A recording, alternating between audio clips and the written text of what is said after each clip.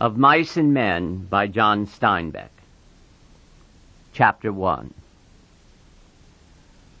A few miles south of Soledad, the Salinas River drops in close to the hillside bank and runs deep and green. The water is warm, too, for it has slipped twinkling over the yellow sands in the sunlight before reaching the narrow pool. On one side of the river, the golden foothill slopes curve up to the strong and rocky Gavilan Mountains. But on the valley side, the water is lined with trees. Willows fresh and green with every spring, carrying in their lower leaf junctures the debris of the winter's flooding. And sycamores with mottled, white, recumbent limbs, and branches that arch over the pool. On the sandy bank under the trees, the leaves lie deep and so crisp that a lizard makes a great skittering if he runs among them. Rabbits come out of the brush to sit on the sand in the evening, and the damp flats are covered with the night tracks of coons, and with the spread pads of dogs from the ranches, and with the split wedge tracks of deer that come to drink in the dark. There's a path through the willows and among the sycamores, a path beaten hard by boys coming down from the ranches to swim in the deep pool, and beaten hard by tramps who come wearily down from the highway in the evening to jungle up near water. In front of the low horizontal limb of a giant sycamore, there is an ash pile made by many fires. The limb is worn smooth by men who have sat on it. Evening of a hot day started the little wind to moving among the leaves. The shade climbed up the hills toward the top. On the sand banks, the rabbits sat as quietly as little gray, sculptured stones.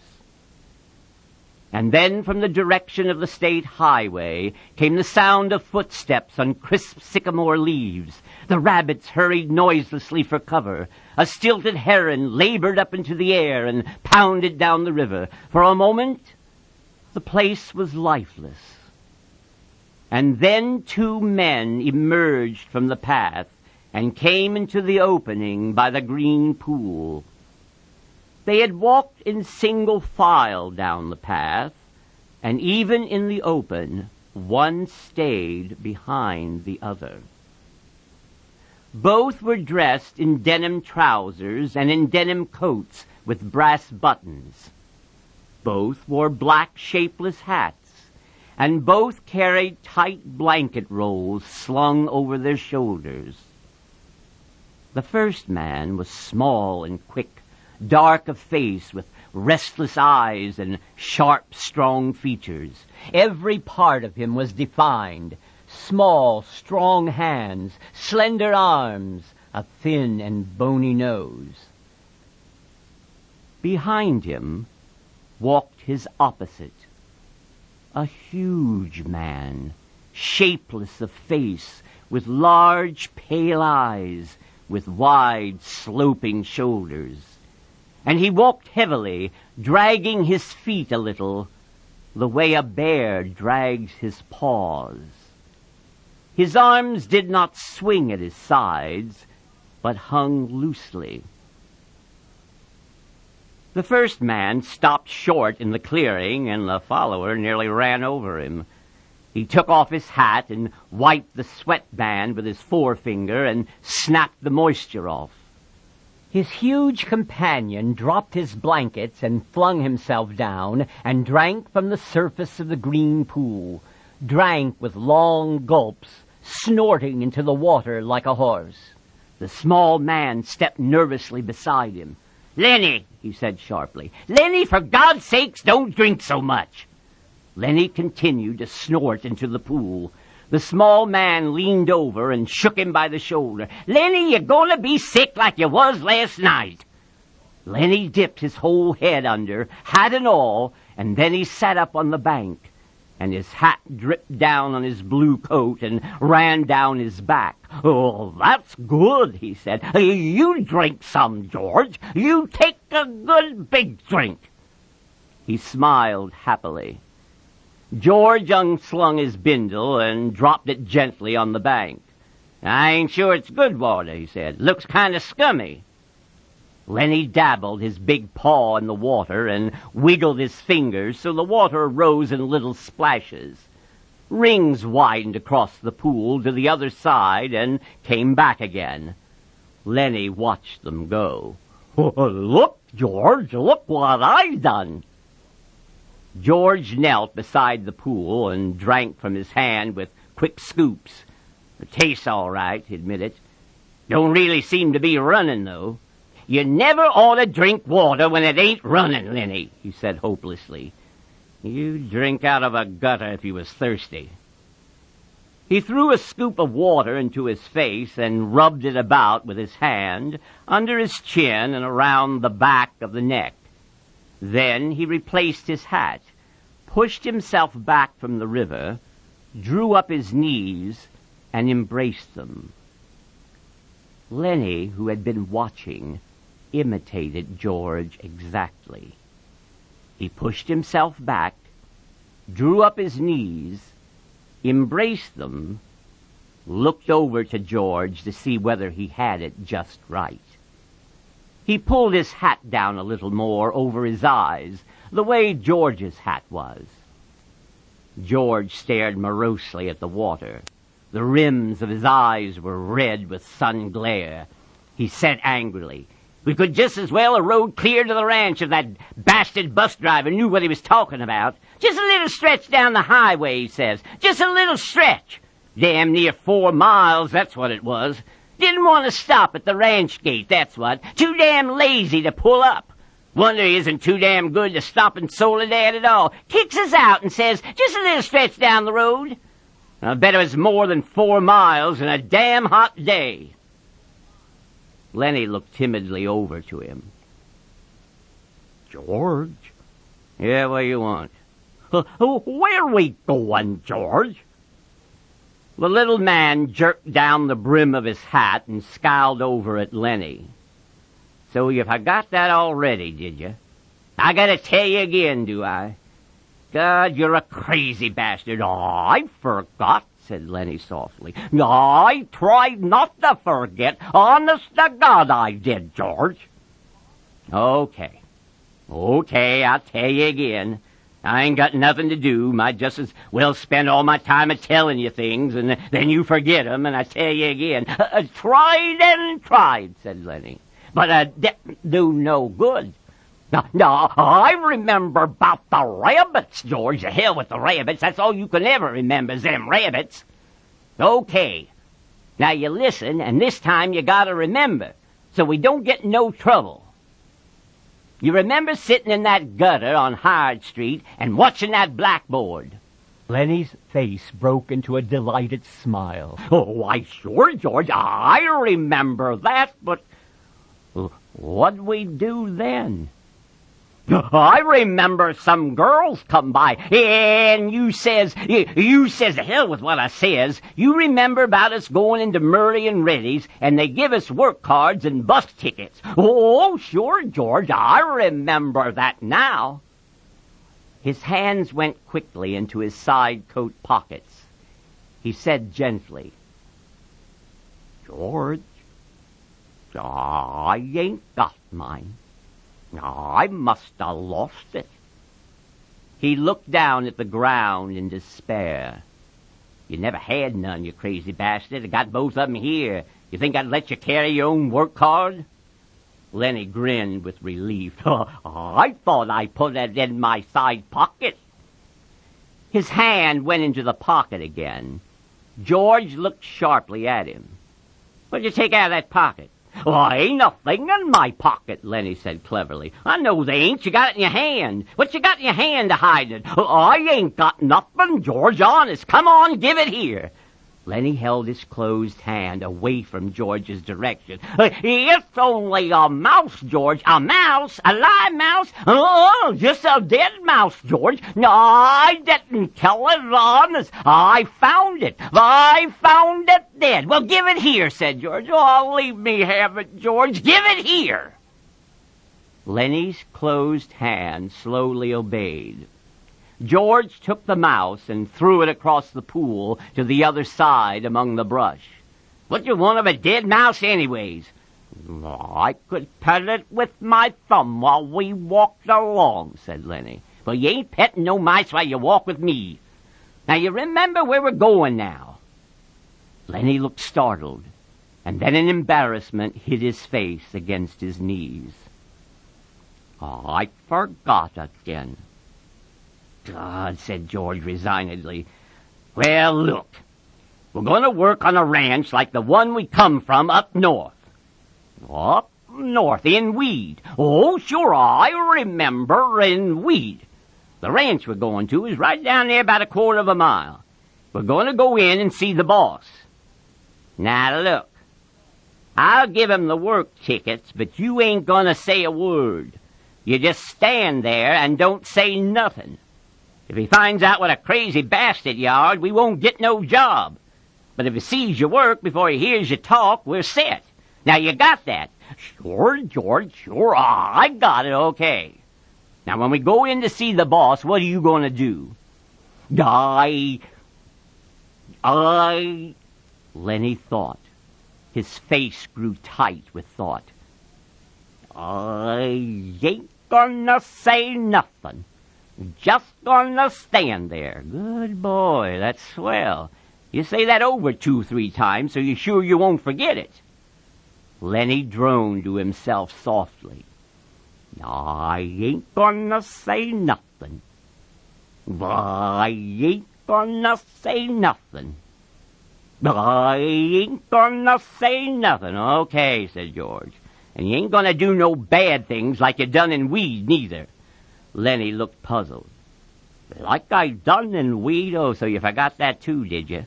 Well, I ain't gonna remind you fear you do it again. A light of understanding broke on Lenny's face. Oh, they run us out of Weed, he exploded triumphantly. Run us out hell, said George disgustedly. We run. They was looking for us, but they didn't catch us. Lenny giggled happily. I didn't forget that, you bet. George lay back on the sand and crossed his hands under his head, and Lenny imitated him, raising his head to see whether he were doing it right. God, you're a lot of trouble, said George. I could get along so easy and so nice if I didn't have you on my tail. I could live so easy and maybe have a girl. For a moment, Lenny lay quiet, and then he said hopefully, We gonna work on the ranch, George. All right, you got that. So we're gonna sleep here because I got a reason. The day was going fast now. Only the tops of the Gabbling Mountains flamed with the light of the sun that had gone from the valley. A water snake slipped along on the pool, its head held up like a little periscope. The reeds jerked slightly in the current. Far off toward the highway, a man shouted something, and another man shouted back. The sycamore limbs rustled under a little wind that died immediately. George? Why ain't we going on to the ranch and get some supper? They got supper at the ranch. George rolled on his side. No reason at all for you. I like it here. Tomorrow we're going to go to work. I seen threshing machines on the way down. That means we'll be bucking grain bags of busting a gut. Tonight I'm going to lay right here and look up. I like it. Lenny got up on his knees and looked down at George. Ain't we gonna have no supper? Sure we are. We gather up some dead willow sticks.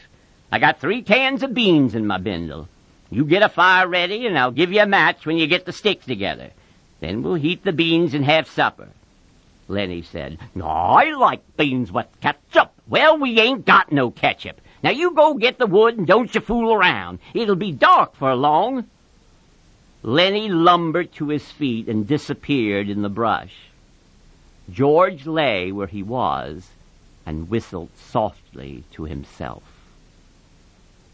There were sounds of splashing down the river in the direction Lenny had taken. George stopped whistling and listened. "Poor bastard," he said softly, and then went on whistling again.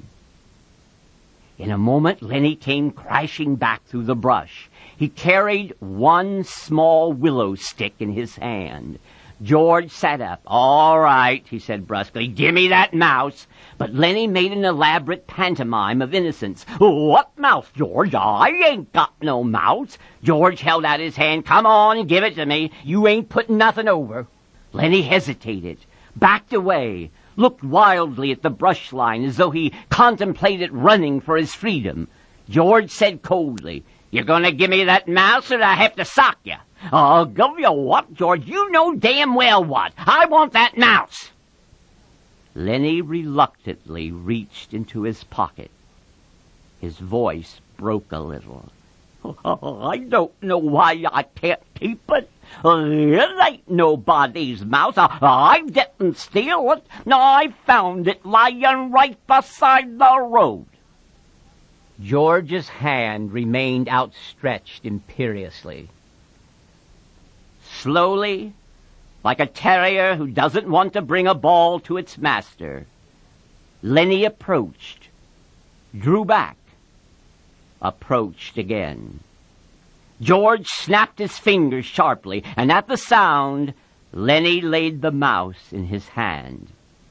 "I wasn't doing nothing bad with it, George, just a-stroking it." George stood up and threw the mouse as far as he could into the darkening brush, and then he stepped to the pool and washed his hands.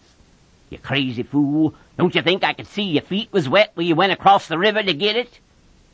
He heard Lenny's whimpering cry and wheeled about. "Blubbering like a baby. Jesus Christ, a big guy like you." Lenny's lips quivered, and tears started in his eyes. "Oh, Lenny." George put his hand on Lenny's shoulder. "I ain't taking it away just for meanness. That mouse ain't fresh, Lenny. Besides, you broke it a-petting it. You get another mouse that's fresh, and I'll let you keep it a little while."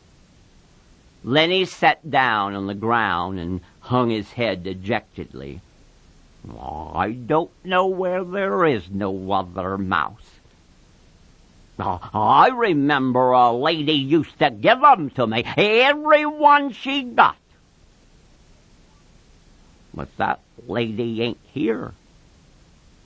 George scoffed. "Lady, huh? Don't even remember who that lady was. That was your own Aunt Clara, and she stopped giving 'em to you 'cause you always killed 'em." Lenny looked sadly up at him. "Oh, they was so little," he said apologetically. "I'd pet 'em, and pretty soon they bit my fingers, and I pinched their heads a little, and then they was dead. Because they was so little. I wish we'd get the rabbits pretty soon, George. Oh, they ain't so little. To hell with the rabbits. And you ain't to be trusted with no live mice. Your Aunt Clara give you a rubber mouse and you wouldn't have nothing to do with it." "Oh, it wasn't no good to pet," said Lenny. The flame of the sunset lifted from the mountaintops, and dusk came into the valley, and a half-darkness came in among the willows and the sycamores. A big carp rose to the surface of the pool, gulped air, and then sank mysteriously into the dark water again, leaving widening rings on the water. Overhead, The leaves whisked again, and little puffs of willow cotton blew down and landed on the pool's surface. "You gonna get that wood?" George demanded. "There's plenty right up against the back of that sycamore. Floodwater wood. Now you get it."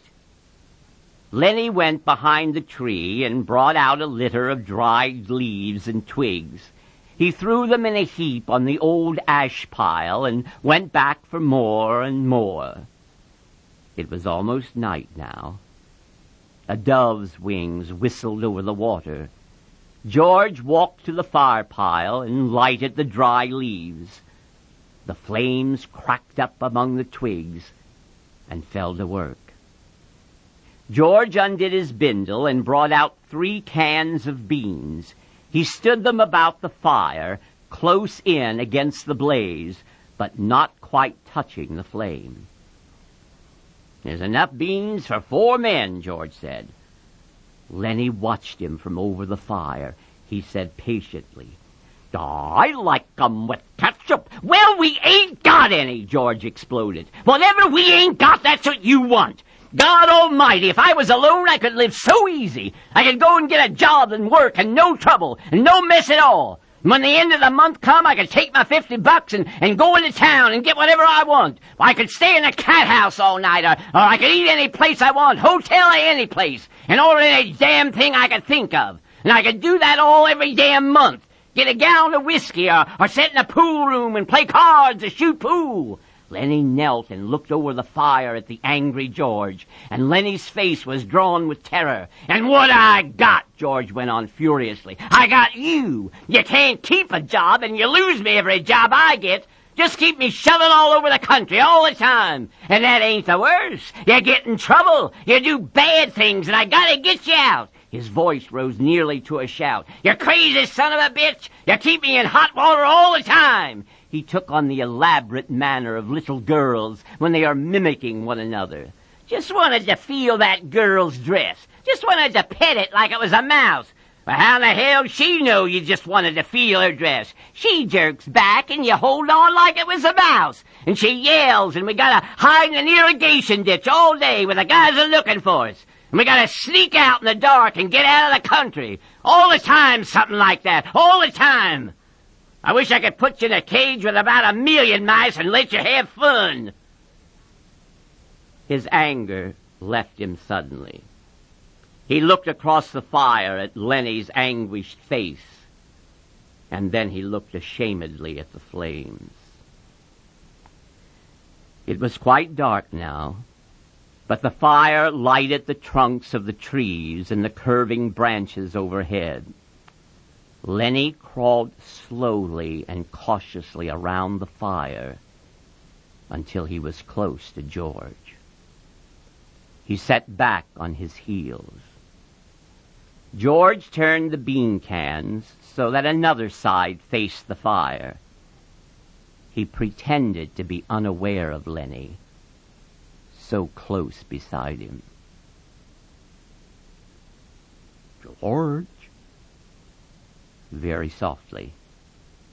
No answer. "George, what do you want?" "I was only fooling, George. I don't want no ketchup. I wouldn't eat no ketchup if it was right here beside me." "Well, here you can have some." "Well, I wouldn't eat none, George. I'd leave it all for you, and you could cover your beans with it, and I wouldn't touch none of it." George still stared morosely at the fire. "When I think of the swell times I could have without you, I go nuts. I never get no peace." Lenny still knelt. He looked off into the darkness across the river. "George, you want I should go away and leave you alone?" "Where in the hell could you go?" "Well, I could. I could go off in the hills there and someplace I'd find a cave." "Yeah? How'd you eat?" "You ain't got sense enough to find nothing to eat." "Well, I'd find things, George. I don't need no nice food with ketchup. I'd lay out in the sun and nobody'd hurt me. And if I found a mouse, I could keep it. Nobody'd take it away from me." George looked quickly and searchingly at him. I've been mean, ain't I? Well, if you don't want me, I can go off in the hills and find a cave. I can go away any time. No, look. I was just fooling, Lenny. 'Cause I want you to stay with me. Trouble with mice is you always kill 'em. He paused. Tell you what I'll do, Lenny. First chance I get, I'll give you a pup. Maybe you wouldn't kill it, and that'd be better than mice, and you could pet it harder. Lenny avoided the bait. He had sensed his advantage. Well, if you don't want me, you only just got to say so, and I'll go up in those hills right there, right up in those hills, and live by myself, and I won't get no mice stole from me. George said, I want you to stay with me, Lenny. Jesus Christ, somebody'd shoot you for a coyote if you was by yourself. No, you stay with me. Your Aunt Clara wouldn't like you running off by yourself, even if she is dead. Lenny spoke craftily. Tell me, like you done before. Tell you what, about the rabbits, George snapped. You ain't gonna put nothing over on me, Lenny pleaded. Come on, George. Tell me, please, George, like you done before. You get a kick out of that, don't you? All right, I'll tell you, and then we'll eat our supper. George's voice became deeper. He repeated words rhythmically as though he had said them many times before. Guys like us that work on ranches are the loneliest guys in the world. They got no family. They don't belong no place. They come to a ranch and work up a stake, and then they go into town and blow their stake, and first thing you know, they're pounding their tails on some other ranch. They ain't got nothing to look ahead to. Lenny was delighted. Oh, that's it. Oh, that's it. Now tell how it is with us. George went on. With us, it ain't like that. We got a future. We got somebody to talk to that gives a damn about us. We don't have to sit in no ballroom a blowing our jacks just because we got no place else to go. And if them other guys get in jail, they can rot for anybody gives a damn. But not us, Lenny broke in. But not us. And why? Because I got you to look after me, and you got me to look after you. And that's why, he laughed delightedly. Go on now, George. You got it by heart. You can do it by yourself. No, you. Now, I forget some of the things. Tell about how it's gonna be. Okay. Someday, we're going to get the jack together, and we're going to have a little house and a couple of acres and a cow and some pigs and live off of the fat of the land, Lenny shouted, and have rabbits. Go on, George. Tell about what we're going to have in the garden, and about the rabbits in the cages, and about the rain in the winter, and the stove, and how thick the cream is on the milk like you can hardly cut it. Tell about that, George. Why didn't you do it yourself? You know all of it. No, you tell it. Yeah, it ain't the same if I tell it. Go on, George. How I get to tend the rabbits. Well, said George, we'll have a big vegetable patch and a rabbit hutch and chickens. And when it rains in the winter, we'll just say to hell with going to work, and we'll build up a fire in the stove and sit around it and listening to the rain coming down on the roof and... Nuts. He took out his pocket knife. I ain't got time for no more. He drove his knife through the top of one of the bean cans, sawed out the top, and passed the can to Lenny. Then he opened a second can. From his side pocket, he brought out 2 spoons and passed one of them to Lenny. They sat by the fire and filled their mouths with beans and chewed mightily. A few beans slipped out of the side of Lenny's mouth. George gestured with his spoon. "What are you going to say tomorrow when the boss asks you questions?"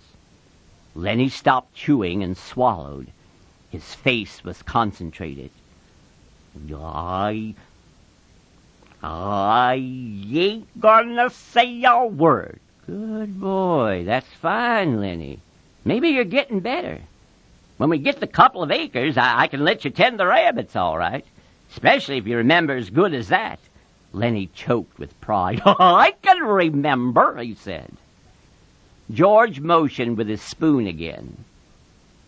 "Look, Lenny, I want you to look around here. You can remember this place, can't you? The ranch is about a quarter of a mile up that way. Just follow the river." "Sure," said Lenny. I can remember this. Didn't I remember about not gonna say a word?" "Of course you did. Well, look, Lenny, if you just happen to get in trouble, like you always done before, I want you to come right here and hide in the brush." "Hide in the brush," said Lenny slowly. "Hide in the brush till I come for you. Can you remember that?" "Sure I can, George. Hide in the brush till you come. But you ain't gonna get in no trouble, 'cause if you do, I won't let you tend the rabbits." He threw his empty bean can off into the brush. "No, I won't get in no trouble, George. I ain't gonna say a word." "Okay. Bring your bindle over here by the fire. It's going to be nice sleeping here, looking up in the leaves. Don't build up no more fire. We'll let her die down." They made their beds on the sand, and as the blaze dropped from the fire, the sphere of light grew smaller. The curling branches disappeared, and only a faint glimmer showed where the tree trunks were.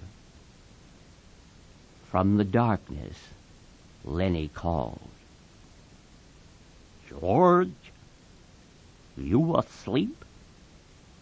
"Oh, what do you want?" "Oh, let's have different color rabbits, George." "Sure we will," George said sleepily.